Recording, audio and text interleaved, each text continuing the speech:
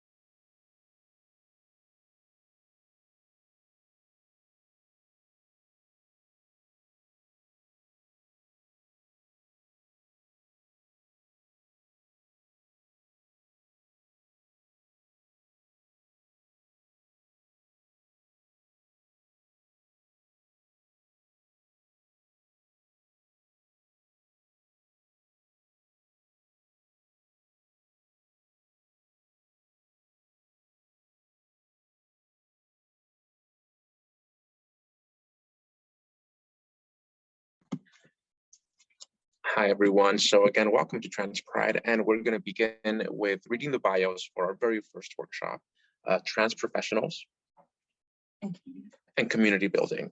So first on the panel, we have Britt Cervantes. Britt is the Program Coordinator and Community Education Specialist for UCI's Pediatric Gender Diversity Program. Their role within the program is to assist patients and families with navigating their social, legal, and medical transition.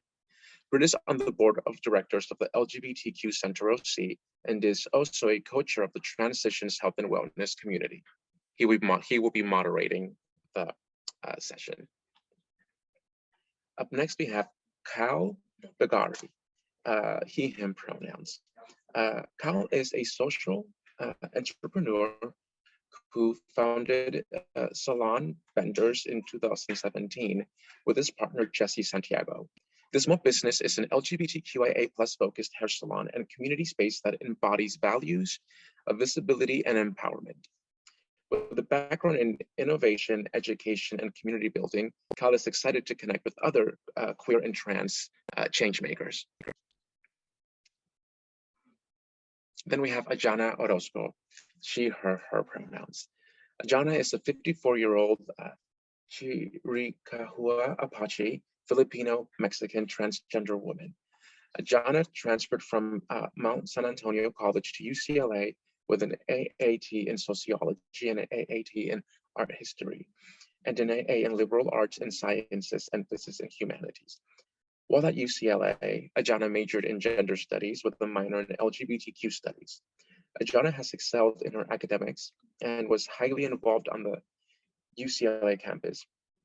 Ajana was a peer advisor for the California Community College Partnership Program at UCLA, a student worker for the American Indian Studies Center, where she ran a program called Books and Resources for American Indians in Detention, BRAID. Ajana was a staff writer for the queer news magazine Outright, in a leadership role for Transgender UCLA Pride, director of Transfer Pride at Midweek. Ajana is an inaugural member of the UCLA LGBTQ Student Advocacy Committee, where she advocated for transgender and gender nonconforming issues on the UCLA campus. Ajana is currently an intern of the Los Angeles LGBT Center for Policy and Community Building. Ajana graduated from UCLA with Latin honors, and her goal after graduating from UCLA is to study for the LSAT and then apply to Yale, Harvard, UCLA, and Stanford law schools.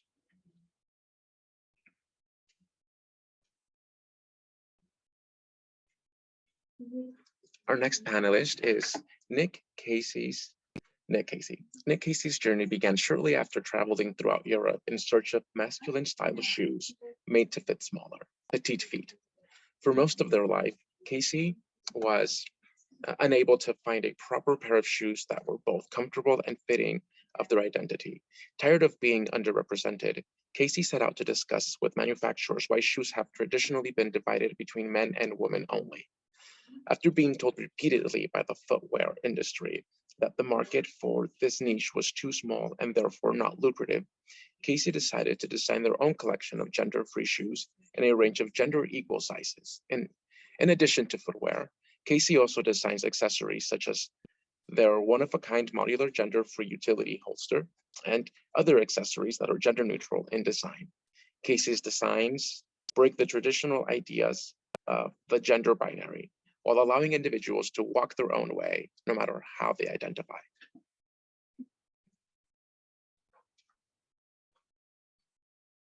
Next on the panel, we have Nikki Andres. Nikki, they, them, she, her, is a non-binary trans queer actor, comic, and voice artist. Recent credits include recurring on One Day at a Time on Netflix, guest starring in the upcoming limited series The Dropout on Hulu, and other recent appearances on NCIS Los Angeles and CBS, on Lucifer and on Netflix, and on The Verge on Netflix. Nikki also provides the English language voice for Spanish trans icon Cristina Ortiz Rodriguez in Veneno, HBO Max. In the limited series about her life, Nikki enjoys martial arts, elegant pragmatism, and unicorns. They are deeply and sincerely devoted to Sina, warrior princess.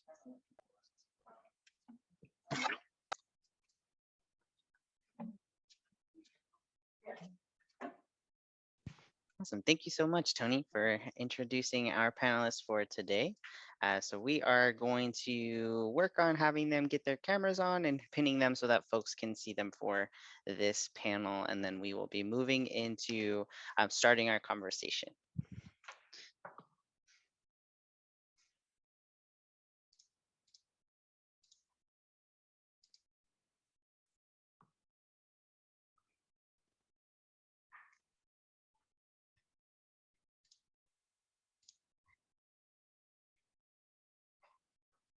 All right. So I'm going to start pinning folks so that you folks can see our panelists for today.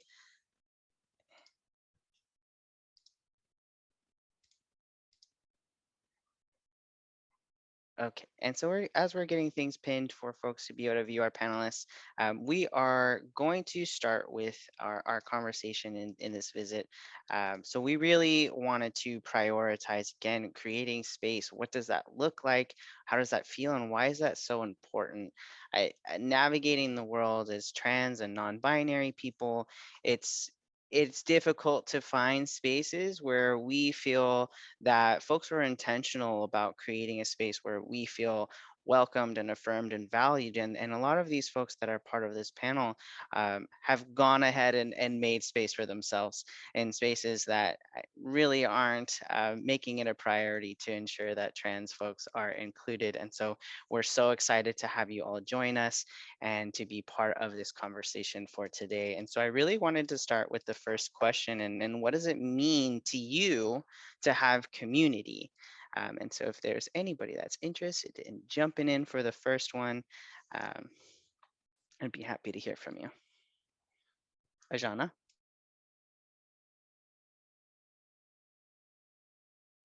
Oh, you're currently muted. I will ask all of you folks to unmute. Excellent. Perfect. Hi, everyone. I'm Ajana, pronounced she, hers. What does it mean for me to be in community? Well, being Indigenous, like my bio says, I'm Chiricahua Apache. So being Indigenous, I thrive the best in community, right? And also people of color, we thrive a lot in community. So like through COVID, I was separated from the communities that I belong to, and it felt lonely, right? So luckily with technology like we're using today, I was able to build the community spaces and or find other community spaces. And so for me, community means a lot because that's who I am and that's what I thrive the best. Yeah, I would agree. For me, I think community is just sort of a refuge from the kind of randomness of humanity, and that it's I get to take for granted that I belong. I get to take for granted that I'm not the only one. I get to take for granted that I don't have to look over my shoulder in order to be here.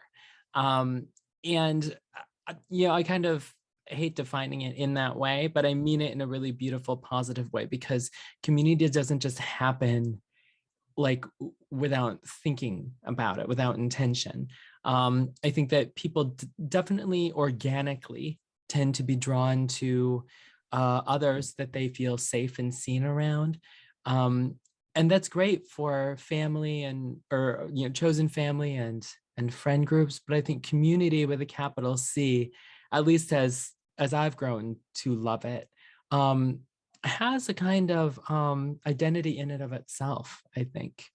And it should know what its values are and not take them for granted, because not every community is going to be right for me at every time either. You know what I mean? There's not one perfect type of community where, I mean, hopefully you're able to find beauty and belonging in more than one community. But I also, for me at least, I've come to kind of not expect any one community to do everything for me or do everything that I would like to see a community do in the world.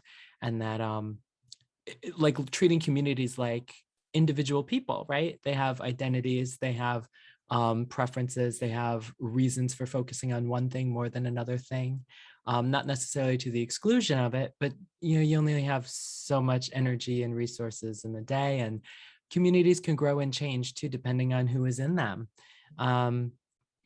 So yeah, I guess that's what I've got to pitch in there.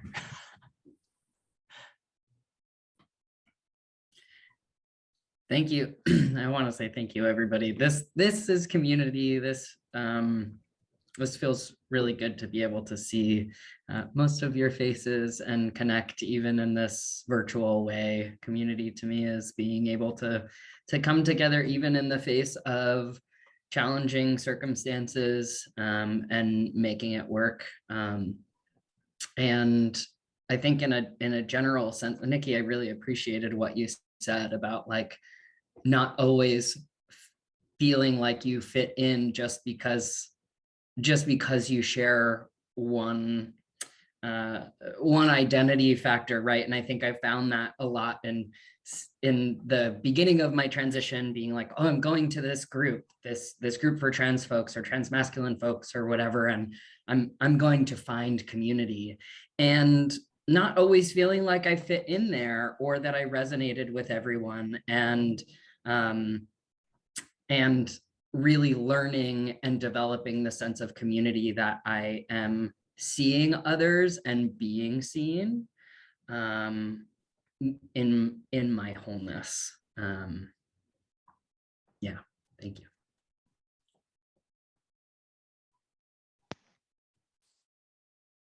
Okay, I'm trying. Hi. All right, there we go. Sorry, for some reason it doesn't let me unmute myself. That's okay. We You might got you. need to change my role, yeah. But yeah, so I apologize in advance. I'm driving, so you can only see part of me because of the way my phone is. But community is at the heart of everything that I do.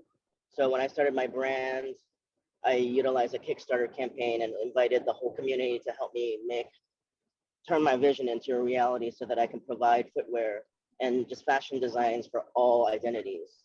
Because I was really just tired of the fact that, products shouldn't have gender assigned to them. It's us who wear them that decides how we identify and authentically express ourselves. And so community, has become the main core of what my mission is, because unity is the real word that I use. And the word community is made of the word unity in it.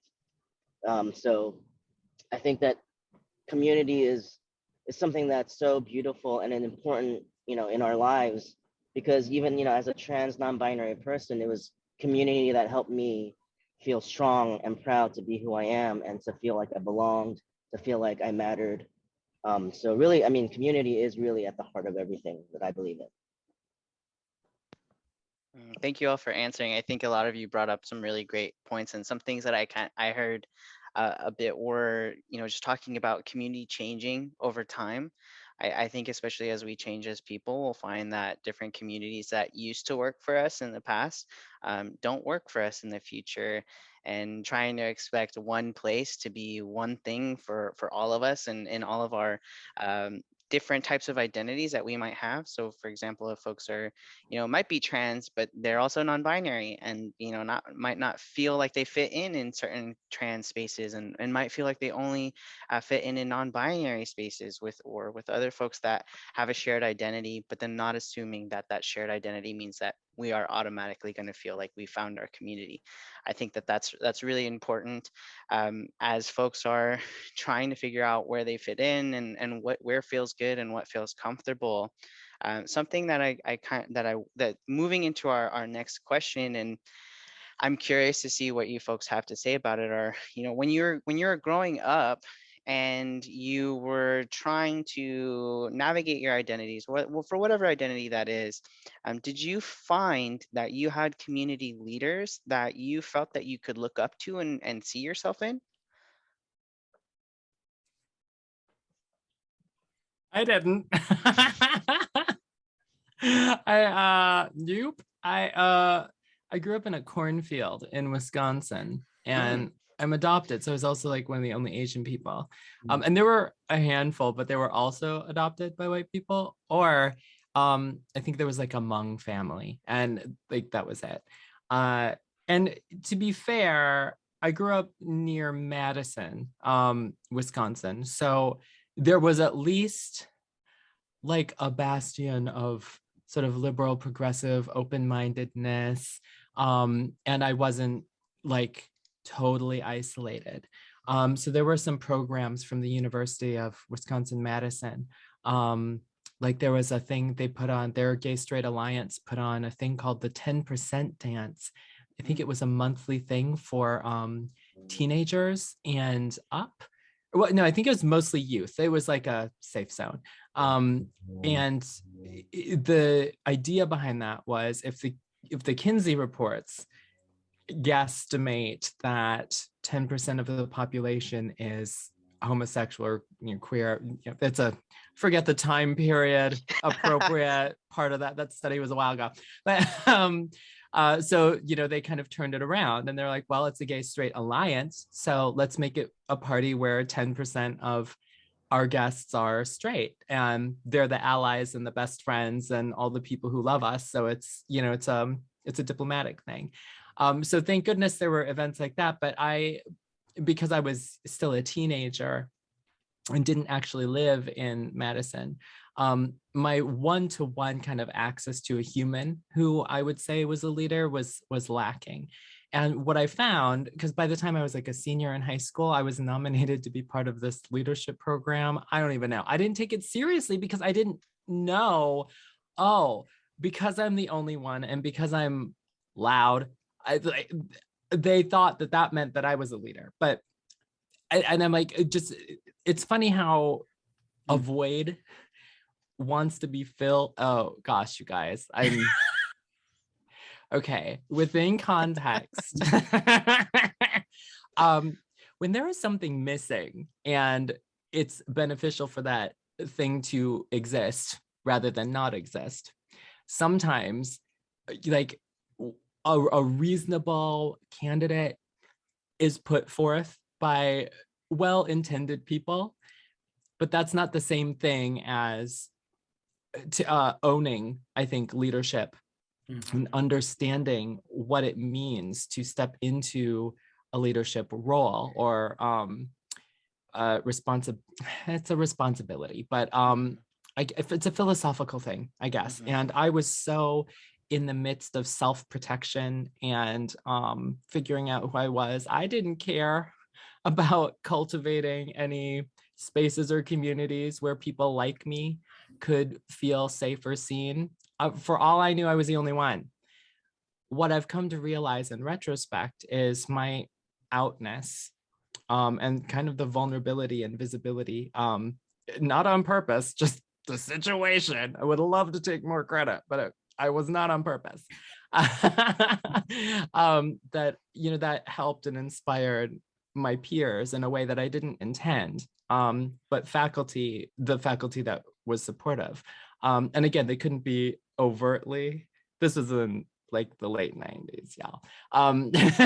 They couldn't be like openly supportive, but they could be supportive in terms of like just that between the lines, submit you for this program or recommend you for this thing without actually coming out and waving the rainbow flags, which I hope has changed a lot. But that was a long rambling answer for no, I didn't have any leadership. And I fell into a leadership position by accident and didn't know what I was doing. So it's important. That is important. I have some questions that I think we could open up after that. But Nick, did you want to go next? I just wanted to say that, first of all, Nikki, I think you're an amazing leader. I have firsthand experience. We're on the board of the Queer 26 together. So even though maybe at the time, well, when you started, you didn't feel like you were ready or that you signed up or that you could, but I think it's really helped you become the great leader that you are today. And I'm always inspired by you. So I want to say thank you for that. Oh, thank you. I love you too. But also, for me, I think we're kind of around the same age. When I came out, there was nobody that I felt like, was like me, and I had no role models. And so it's very hard. And I think that's probably why I spent a majority of my youth and adulthood as what I thought was appropriate, or that my only option was to be a lesbian. And though I still own that part of myself now because I'm comfortable with who I am, I never knew that there was a possibility that I could transition or that I could be in my own authentic body.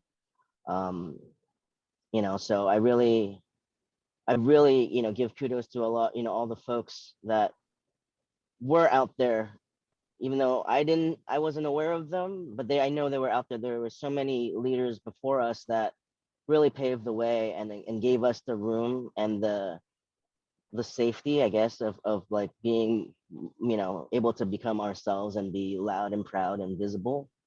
And so all the people who continue to do that for us, all the time, every day. That was my long-winded answer too. Cal or Ajana, did either of you have something? Ajana? Yeah, growing up, like Nikki was saying, there weren't very many trans leaders that I could look up to, right? Like in my early 20s, I ran away from home and I ended up in the greater Chicago area, and that was in the early 90s. So Nikki, I partied a lot in Madison at the New Bar, at the hotel on Washington that probably, or I don't remember where it was, but it burned. That was like another home away from home. So I started competing in drag pageants right there, and they like Miss Gay Wisconsin US of A pageantry systems. I held titles like Miss Gay Kenosha, Miss Gay Racine Wisconsin US of A, Miss Gay Southeast Wisconsin US of A, and I also competed in continental pageantry. So I hung out a lot at Club 219 with the Club 219 girls, and some of them have passed away, but I'm still friends with a lot of the Milwaukee Queens, the legendary ones. So like so many of it was like important to be visible to pass back then, right? So visibility was very scarce because we couldn't like just go into a department store and try on clothes, because if you were clocked, you were thrown out or arrested, right? And that was even in like the big cities of Chicago, Milwaukee, places like that. So they had magazines, like Instep magazine was one in Wisconsin that was huge. So I was in a lot of those magazines, and I researched a lot and went back and looked at all those stuff. And I'm like, wow, like, why aren't these things shown, right? But so I always promote those things. Like I was part of that visibility and realizing like, I am somebody who people looked up to, and I never really thought about it until I got older, right? That was just something that I did. So many of the girls that were visible at the time were people like, her name was Shantae, which is now Alexandra Billings. She toured a lot in Wisconsin too. Mimi Marks was from Milwaukee.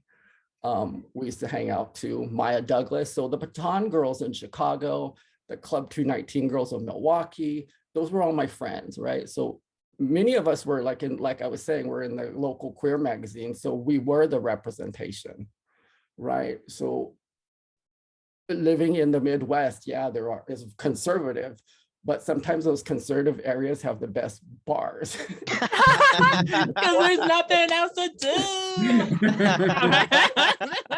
I toured Wisconsin and I was scared, right? Because we go to places like Eau Claire, Madison, Milwaukee, all throughout there, and like in rural areas, but oh my God, they were paying the best money. Like we were like that all the time, right? So just gotta find the ones with the university in them. So there wasn't really many other than like the wealthy, rich, and most of them were white, so I couldn't identify with them. And they would like either go out of the country to transition, and so then they got noticed, but they were shown in a negative way, right? So I didn't really have any positive representation. And Cal, did you have anything that you'd like to share? Yeah, I mean, I also grew up in the middle of America in Colorado Springs, which was still is a very conservative area. And I grew up in a very conservative evangelical Christian home. So not only were the only trans representations I saw mostly feminine and mostly negative,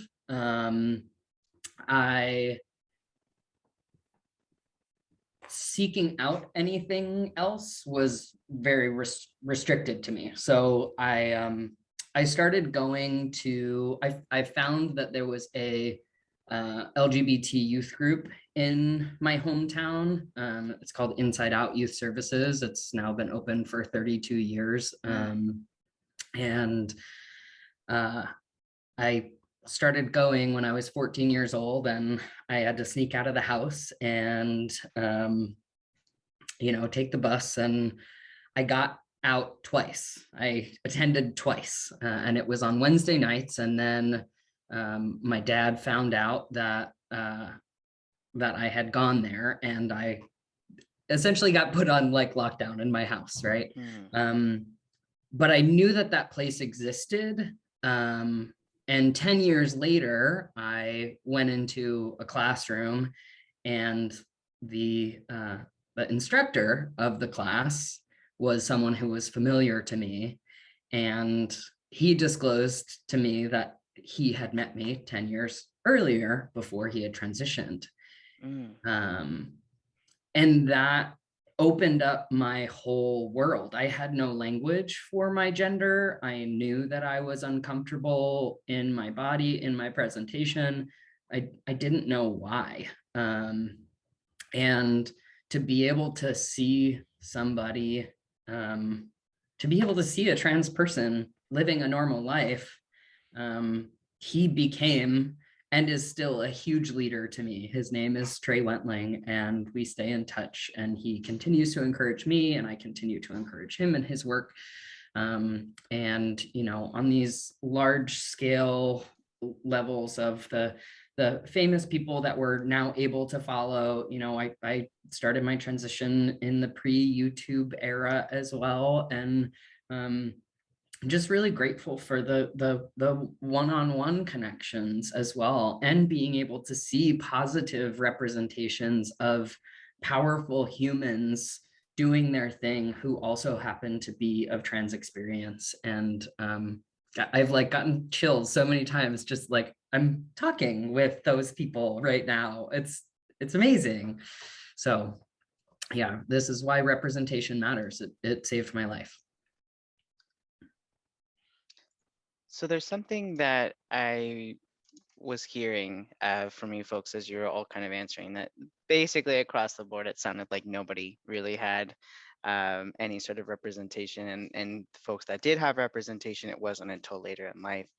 And I think that that's important, especially for this panel. We titled it Trans Community Leaders and Community Builders, and it's important to acknowledge, what does it mean to even be a leader? I think a lot of folks, just by being ourselves, are kind of thrown into like leadership positions because their folks are like, well, you're trans, or you're gay, or you're queer, or maybe you should lead this group, or maybe you should be the one doing these things. And I feel like a lot of us end up just being in leadership positions. But when we're talking about leaders and what that means, we're talking about folks that are being intentional about being themselves in different spaces. And what does that look like when we're being leaders? And Cal, I think I met you before I started my transition, and you were the first like trans masks person that I had ever met in person. I had only seen folks, and it's so important for us to have some sort of representation and to be able to see ourselves in other people, because that's kind of how we learn and grow and how we become who we are. And so thank you all for just being that person, because I think there's this thought that you reap what you sow, but not always. Sometimes you're just planting seeds, and the trees that grow up are going to give other people shade, and you might not even ever live to see it. But it's still important work, and it's still important for us to show up, if it's safe to do so, if we're comfortable to do so, if we have the privilege to do so, to be ourselves, and to just create space. And so being a leader isn't, you don't have to be going out and protesting in the streets or being super out. You could just show up and live a normal life, go to a 9 to 5, go to work every day, go to school every day, and that is where you can also be a leader, and just by existing. And I think that is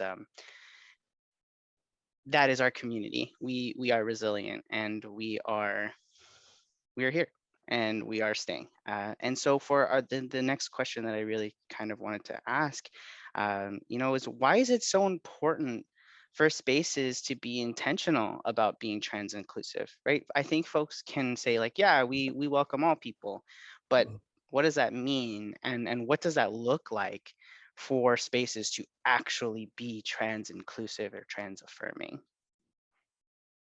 I think this is a great chance to segue, because especially what Ajana and Cal had just mentioned about the normalization of the representation that we have.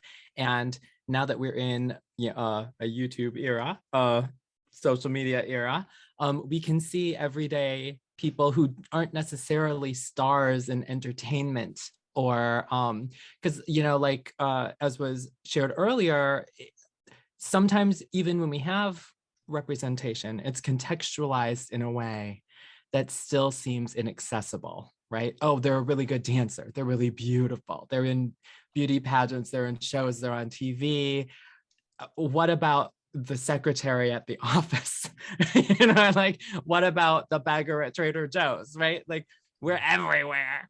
And we look like everyone. And you can't tell just by looking.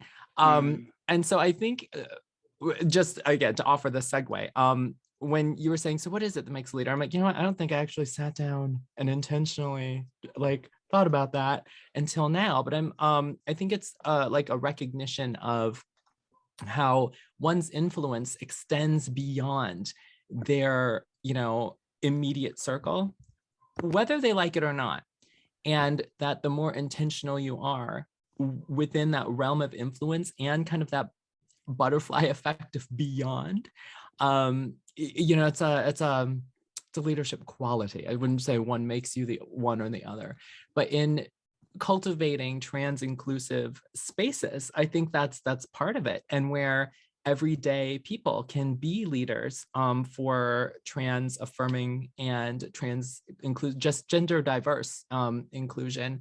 Like, whenever I enter a community, a space, a group where the cis, straight, heteronormative people are sharing their pronouns, putting it on their name tags, putting it on their email, and I already know that they're cis and they're straight, that to me automatically, I'm like, okay, you're in charge, you're white, you're a man, you're straight, you're cis, and you have taken the effort to communicate very subtly and very non-specially even, right? Just mundanely. Like, I see your Black Lives Matter hashtag, I see your little pride flag, I see you sharing your pronouns. Like, that communicates to me that you're using that power and privilege to make a safe space for everyone. And it's those little subtle things that go so, so far. I want to piggyback on what Nikki just shared, and like the subtle pings that say we're looking to be inclusive, but also breaking down the structures within that. So sharing their pronouns is breaking down the structure of this assumption of a cisgender binary that we, are what we look like, or what, however you want to say that. Like, we're still in this world that comes from a cis het normativity, white normativity, all of these things. So how do we actually build in structures as well that are inclusive? Because I think one of the most challenging things for me, and one of the reasons that that I opened a space for trans and queer inclusion, was because that stuff was literally baked into the industry, and Nick talks about this with shoes and the hair industry, men's and women's cuts. You have hair salons and barbershops, and I didn't feel safe in these spaces. But there's also every time someone looks at your credit card when you go out to get a drink. I want to know that that space is not just going to wave a trans flag, but that they're also not going to start addressing me by my legal dead name, that they're not going to harass me when I'm in that space. I am very critical of spaces that will just fly a rainbow or trans flag without actually putting in the work, because to me, that has me walk into a space and put my guard down in a way, and then I get blindsided sometimes, right? Or I'm at a place in my transition where I do hold a lot of privilege, and I spend a lot of time and have a lot of folks in my, it doesn't matter who I spend time with. I want trans people to be respected regardless of how they're seen. And I might get properly gendered, but I want to be in spaces where everyone should be able to feel safe.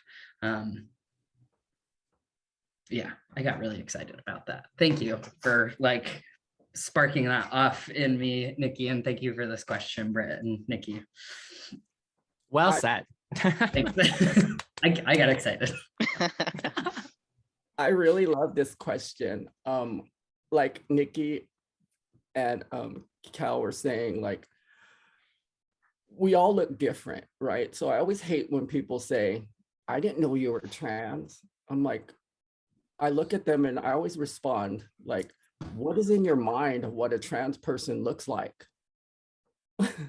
Right? Because we come in all shapes, sizes, colors, just like anybody else, right? So like you said, like, why is it important for spaces to be intentional about being trans inclusive? Yes.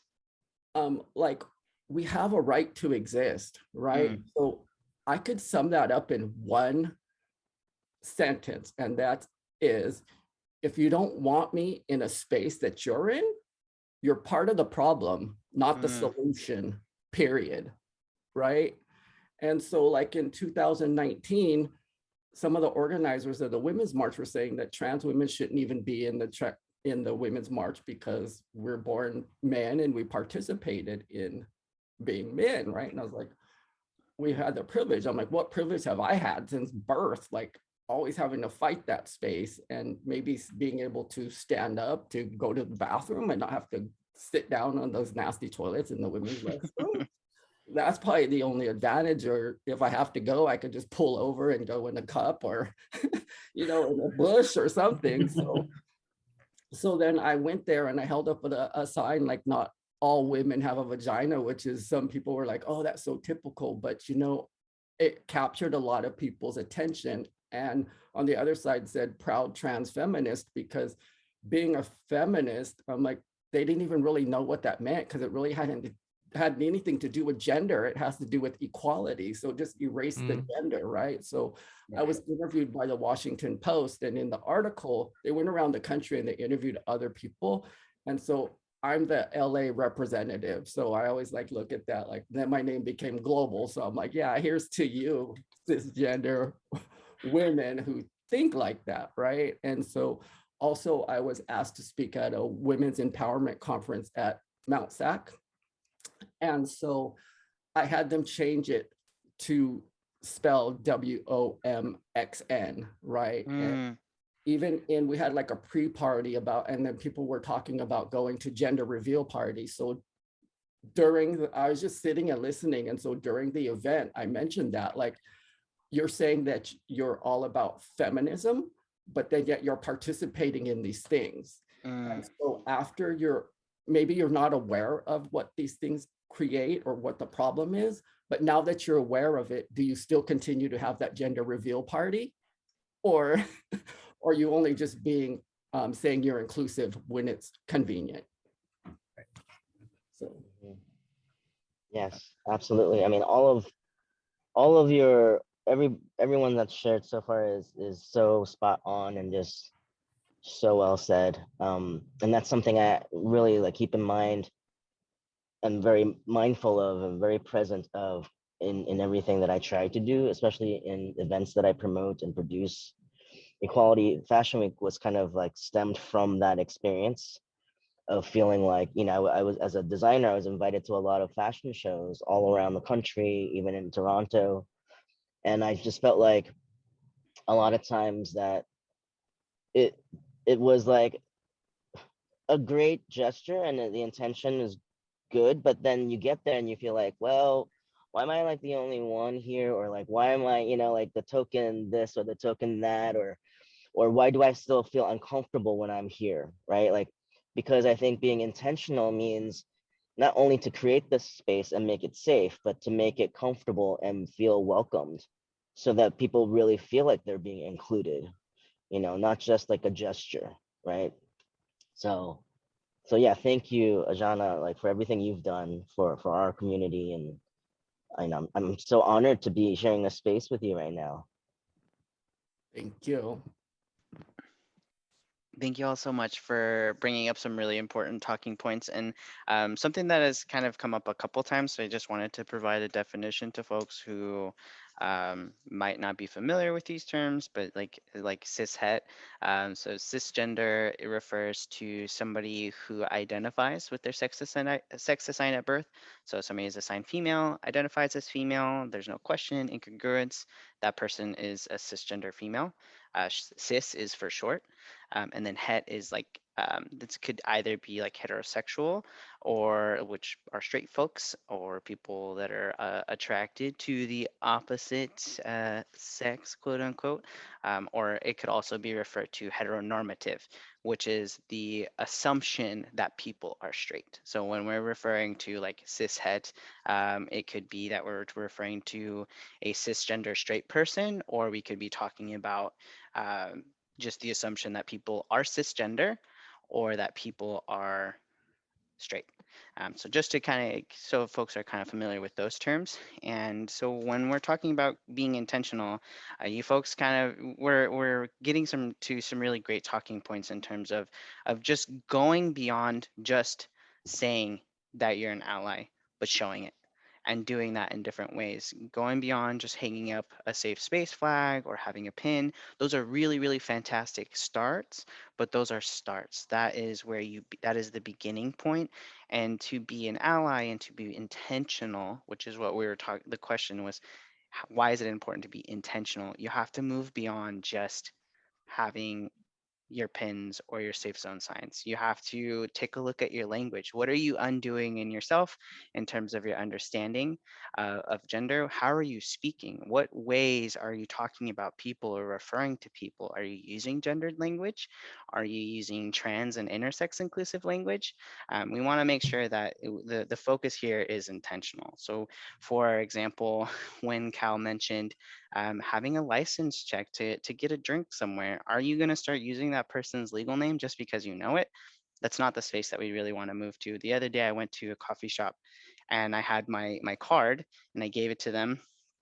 And normally they just will ask, they don't ask for a name. Sometimes they don't ask for a name, but the person asked me, is the name on the card okay to use? And it's that simple. It's that simple in terms of asking folks how they want to be referred, because maybe that wasn't the name that I wanted to use. So they took the time to intentionally ask me if that was the name that I wanted to use. And it was deeply appreciated, because to me that indicates this is a space where they're working on it. They are sharing their pronouns as the cashiers.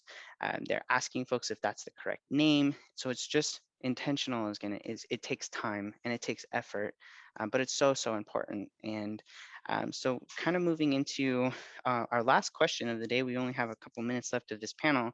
Do you have any advice for people that are looking to find community? Ajana? I'll go first. Like being at UCLA and also community college, like I was always curious, right? Like, and my curiosity led me to open new doors, right? So for me, I just walk in and introduce myself. And I learned that from one of my friends, because I'm like walking around campus and they're stopping it everywhere. And I was like, how do you know all these people? And they're like, oh, because I just stopped in and I didn't know what that was. Well, then I started doing it. And I found that even though I was involved in many queer spaces, but I was also involved in places that weren't queer centered, right? And so those were important for me as well. because, you know, I'm always going into the queer spaces, and of course you're always feeling comfortable, but it was that uncomfortable feeling. Sometimes if I was uncomfortable, they were also uncomfortable, right? But then I also, it led me to being included in spaces that I thought I didn't belong to. Like, I would always be asked to do stuff with my undocumented friends and even speak on their panels. And I was like, wait, I'm not an undocumented student. They're like, oh, that's all right, you're part of us, right? So just to join those places. So my advice is just be yourself, and the rest will just fall into place, because you're all amazing and you all have a right to exist. And I mean, I know it's hard, but sometimes, like, I've lived throughout my life, I've experienced a lot of violence through transphobia, right? But that doesn't stop me from still trying to occupy those spaces, because I do know I have a right to exist. And once you know those laws, I guess, from taking law classes and knowing that I do have a right to exist, it gives me a little more power and a little bit more feeling of comfortability. And if something happens, then I guess I will have to face that. But don't do it if you feel like your life is going to be in danger or anything like that. But also don't be afraid to explore. Yeah, I definitely, second that or echo what Ajana just said, because when I first came out to LA in college, I didn't know anyone. I didn't have family, and I was just very much alone. I made a lot of friends in school and college because I just thought, just get involved as much as possible. Don't be afraid to be yourself. If people like you, they'll be your friend. If they don't, you don't need them anyways. When I came out of the closet, I like went into LA Weekly and found like, oh, West Hollywood is where the gays go. And to this day, I still enjoy going to West Hollywood, even though a lot of people feel like it's not trans inclusive enough, it's not people of color inclusive enough. But I always, reply with, well, how is it ever going to be if you don't show up? Right. So for me, I just continue to show up, even if I'm, was the first, only Asian or for only, trans, non-binary person. I just show up because when I do, and somebody else that also wouldn't have felt comfortable shows up and they see me, they're going to feel better. So all it takes is for us to just show up, and then it's like, then, it's like a moth to a flame. Other people will start feeling like they can show up as well. And then the next thing you know, it's going to become inclusive, right? But somebody has to go and show up first. And again, echoing what John said, is if you don't feel safe, bring a friend. Or if you don't feel like, you're in danger, if you feel like you're going to be in danger, of course, like, don't go to places that you feel like you'll be endangered. But don't be afraid to just, investigate, I guess. Right? So thank you. Yeah, I would agree. We do need to go to a club with Ajana. Yeah, we all do. Ajana, you lit the fire under my butt, because like you said something about the law, and you were talking literally like lawyering the law, like laws. But for whatever reason, I internalized that as in like, yes, like the law of the universe that we, right? I mean, it works both ways, right? It's like we deserve, like in having self-value, which allows us to both take up space and be real with ourselves about where we feel safe. We can explore, we should explore, not if the system stops us, then the system wins. I mean, not to oversimplify, but in my brain where I was going with the law and the principle of the thing, for me, I guess that underscores everything we've been talking about today in terms of leadership and intentional spaces. And even talking about like what is normative and what is visible is like the principle, as Ajana was just saying about like the TERFs, the trans exclusionary radical feminists, and how they are misunderstanding feminism as equality, is that it's the principle of the thing. When we, not to get too deconstructionist, but like when we realize that the cisnormative and heteronormative systems that have been built that oppress us are just systems that they were built, they were constructed. Gender was constructed as an idea. And guess what? It's not the truth. And many people in many different places in the world over time have interpreted gender differently and still do. And so I think empowering ourselves to be educated and curious and open, right? Because just by our lived experience, we're not just automatic experts either, right? That it's that involvement with many different things and many different people, and stoking that curiosity that I think deepens our understanding of how we can continue to take up space, how we continue to create safe zones for ourselves and people like us. And ultimately, although it shouldn't be anyone's responsibility, if you feel called to educating, to being a diplomat, to being an activist in any small way, sometimes it really is just as simple as showing up with intention. But if you have any of those skills or feel called to that, go ahead and embrace it when you can. I'm an introvert. I have a very limited amount of personal battery power, but I am called to that kind of educational stuff. So, once a week when I have it in me, I'll lean into it. But I guess my direct response to what we can do, looking for community, in addition, I'm just gonna in addition to the showing up, the being safe, the bring a friend, and the being open and curious, I'm gonna say don't be too picky. Like I said earlier, it has been a mistake of mine to think that community meant be all, one all, monogamous relationship with one community who's gonna do everything for me. And Ajana was right, Nick's right, the cross-pollination of interests. Like, I find that the connections I make in groups and communities that are non-queer specific goes so much further, because in my showing up, I also offer allies the chance to step up their game as well. And it has been amazing how like being in a pottery class is suddenly, oh, Black Lives Matter, trans inclusivity. And it's like, oh, who would have thought? But it's like, it's LA, so. I'll just say everything that I've heard. Yes. Yes, I don't have a ton to add. The only thing I want to add is I have seen some challenging and painful situations being shared in the chat.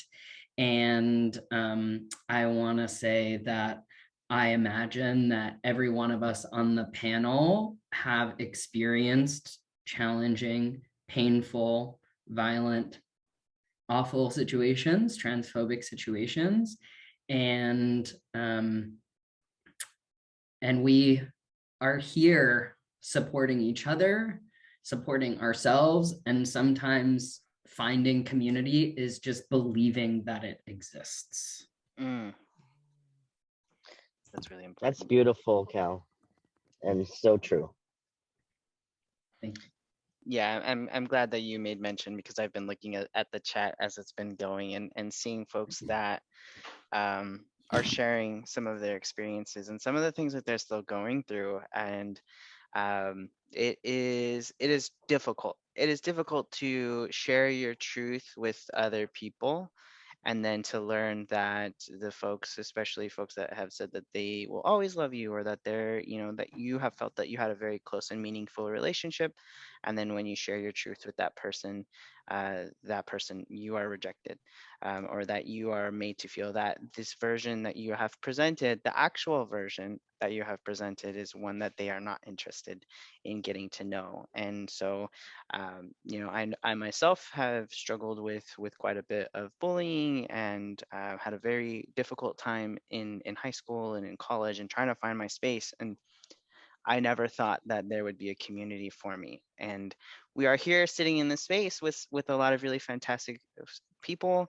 The people that left my life just made room for folks that were meant to be in my life, that were going to love me for me and to care about me, and that love was mutual. And so that's what we are wanting to focus on today. That it might not feel like it right now, but in the future, there maybe it's the near future, maybe it's the long future.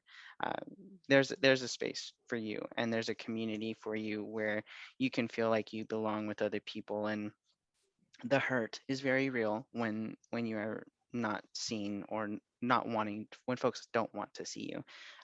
And something that that was mentioned, I believe, by Nikki, was talking about being experts of gender. And so you folks are all experts of your own identity. And I know that a lot of us have to navigate spaces where folks are wanting to put things on us and to their perceptions of how we should be or how we should act. But each person inside of this event today is the expert of their own gender and their own identity and their own experience. And so it's important to kind of keep that moving forward, especially as folks are trying to police them and their identity and how they feel and how they should be.